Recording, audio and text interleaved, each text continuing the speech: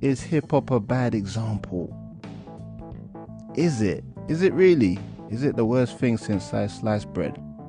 But before we get into it, I want to say a happy birthday to hip hop.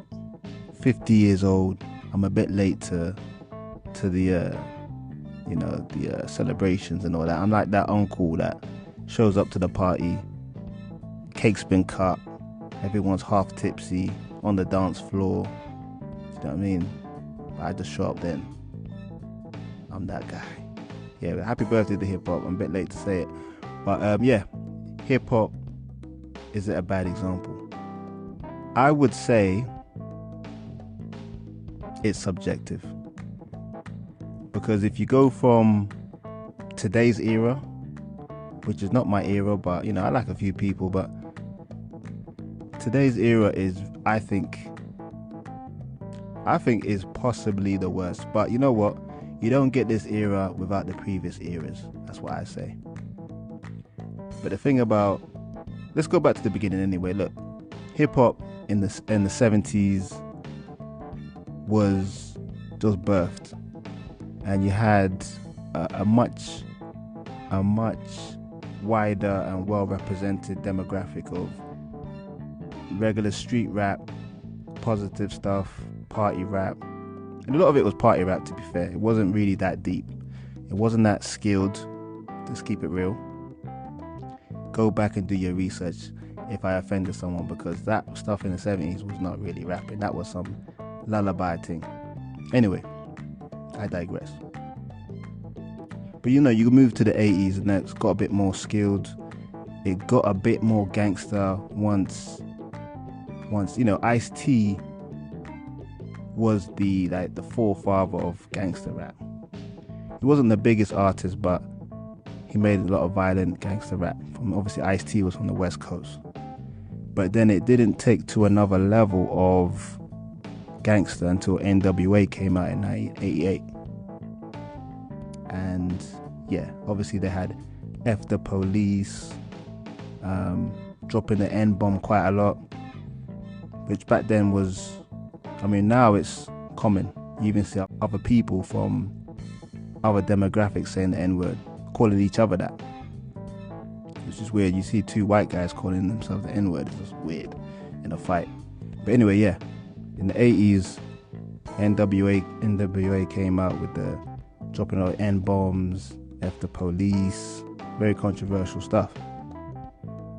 So you can say that was really the biggest mainstream start of bad influences in hip-hop. There was other people, of course, that weren't as big as NWA, but I think generally if you're talking about someone that's under the radar, they're not having so much influence. But when you're talking about a group that was, you can see the influence NWA's had, generations onwards. So they had a big impact at that time with the street violence. And when you really think about and look at that group, Eazy-E was really the only street guy in there. MC Ren was a little bit, but Dr. Dre was nothing street about him, but he was very gangster. The same with who's the other geezer? Ice Cube. These guys were good guys. They weren't like street guys selling drugs or shoot 'em ups and stuff like that. But then you move into the 90s. These are people that were influenced by NWA, and you had a lot of, not only was there West Coast gangster rap, but then the East Coast then started doing a lot of gangster rap as well. Mobb Deep. You had who else was there? You had who else was there? Just all the drug dealing rap, like Nas and Jay-Z. You still had the positive rap, like Tribe Called Quest and them, but those guys were not selling as much as the violent hip hop. So you can say old school was definitely more neutral / positive. I would say the neutral and / positive hip hop was more, I was outweighing the negative hip hop in the 80s. And then the 90s, which obviously now is still old school, but that's when the negativity started really coming strong. But there still was somewhat of a balance with, like I said, the Tribe Called Quest and, you know, Phariside and Common and guys like that. But those guys might be selling, those guys really were selling like gold, like selling 500,000 CDs, whereas the platinum guys with gangster rap and drug dealer rap, that would do, you know, you sell 1 or 2, 3, 4, 5 million back then. Like Biggie was one of the biggest rappers in, what, 94, 95. His album sold around that 4 million. No, at the time his album only sold 2 or 3, but that was big at the time. But I think the 90s is what you saw when you saw a lot more gangster rap around the board. It wasn't just West Coast, it was also East Coast.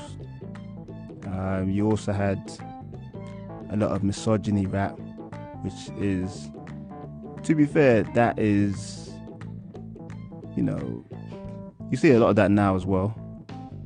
Even look at the music videos with the girls twerking, and nobody's forcing these girls to do that, but is it a good example for young people these days? I think I got nieces and stuff, you know, and as much as you look at your kids and your nieces and all that, and you think, oh, they're cute, so sweet, you do think, some part of you thinks, man, at the time they hit 16, they'll be doing this silly stuff these young girls are doing on TikTok. And you hope not, you know what I mean?